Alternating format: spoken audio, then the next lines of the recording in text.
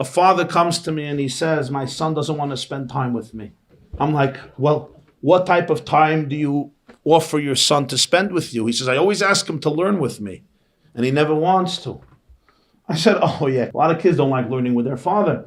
What does your child love? He says, I don't know, he loves sports. I said, why don't you go horseback riding with your son once a week? He says, that's not education. I want to learn with him. I said, one day, but first bond with him. So he tells me, I cannot take responsibility for such a sin, to waste time of Torah and go horseback riding. I said, I have an idea.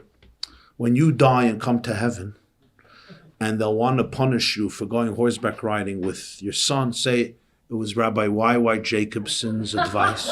I know you're going to paradise. I'm going to hell anyway. So they'll add this, that I told you to go horseback riding with your son. It's not the end of the world. In fact, maybe that will be my paradise. You know nothing about your son. You know nothing about his life. You know nothing about his interest. You know nothing about his heart.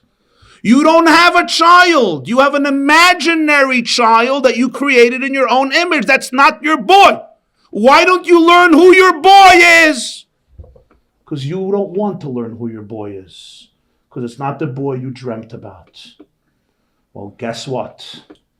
Life is about reinventing yourself every day for what God wants.